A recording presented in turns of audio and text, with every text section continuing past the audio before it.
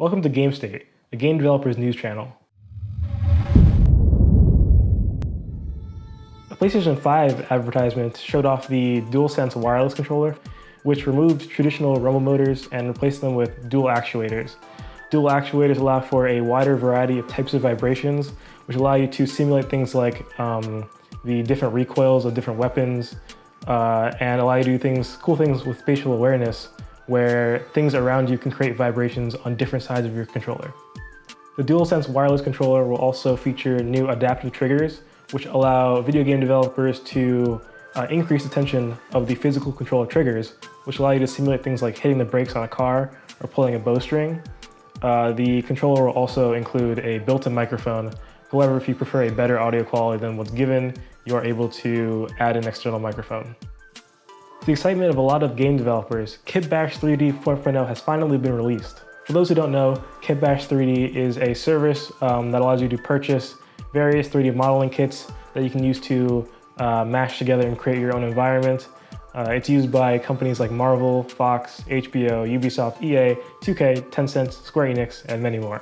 Version 4.0 adds files native to Unreal Engine and Unity, as well as upgrades for many 3D software, including Blender, Cinema 4D, Maya, and 3ds Max. 4.0 includes 4,500 models and includes PBRs, which are materials used to create photorealistic renders.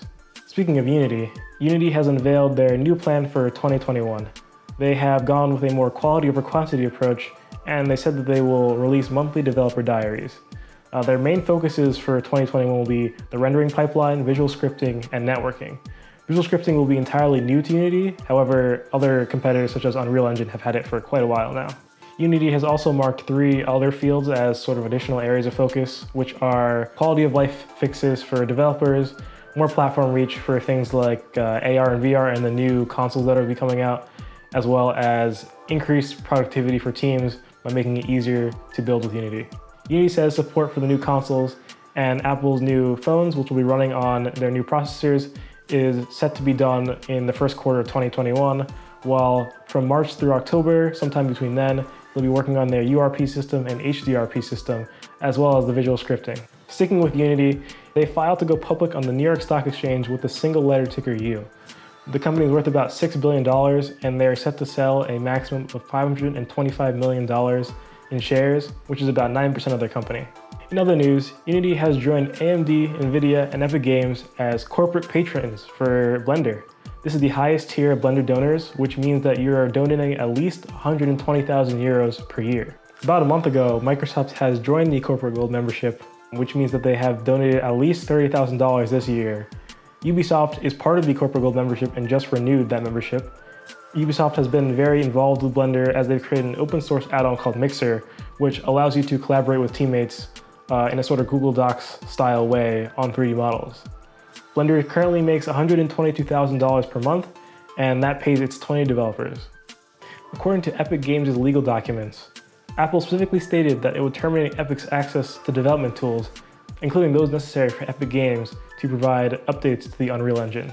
Unreal also claims that it'll jeopardize their entire engine's operations, which not only creates video games, but does things like the special effects in the Disney show The Mandalorian. Crytek, the creators of CryEngine and the Crysis series, hosted their conference called DevCon on August 17th through the 30th. This is normally an in-person event, but due to the coronavirus, it was virtual for the first time. Present were 2,000 attendees and 600 companies, 100 speakers, and 60 dedicated talks. It was also announced that DevCon will be a year-round event called DevCon 365, which will include educational classes, a podcast, and Twitch streams. It'll cover things like game design, tech and programming, art and visuals, business and marketing, leadership, etc. Essentially the GDC, but for Crytek. Speaking of the GDC, it ended earlier this month and also took a virtual format. It included many large companies, and if you missed out on it, you can watch the speakers and podcasts of it on the GDC YouTube channel. Last but not least, PUBG Corporation has invested $10 million in One Up Ventures, which is a venture capital firm founded by a former Microsoft executive, and it invests in independent game studios. Anyways, that's all for the game developers news. Thanks for watching this first episode. The news for this one has been for the past 2 weeks, so I think I might do it every 2 weeks because that seems to give me a good amount of news. I'm trying to get news from just about everything from the actual programming to art, whether it be the sound art or the actual visual art. And eventually I think I'll go into things like business, but I didn't actually do much research in that at this time. So if there's any sort of tips you can give me, anything that you would prefer I did that I did not do, or the other way around, then please tell me in the comments. There will also be the links to all these sources of all the articles that I used to create this. So yeah, thanks for watching.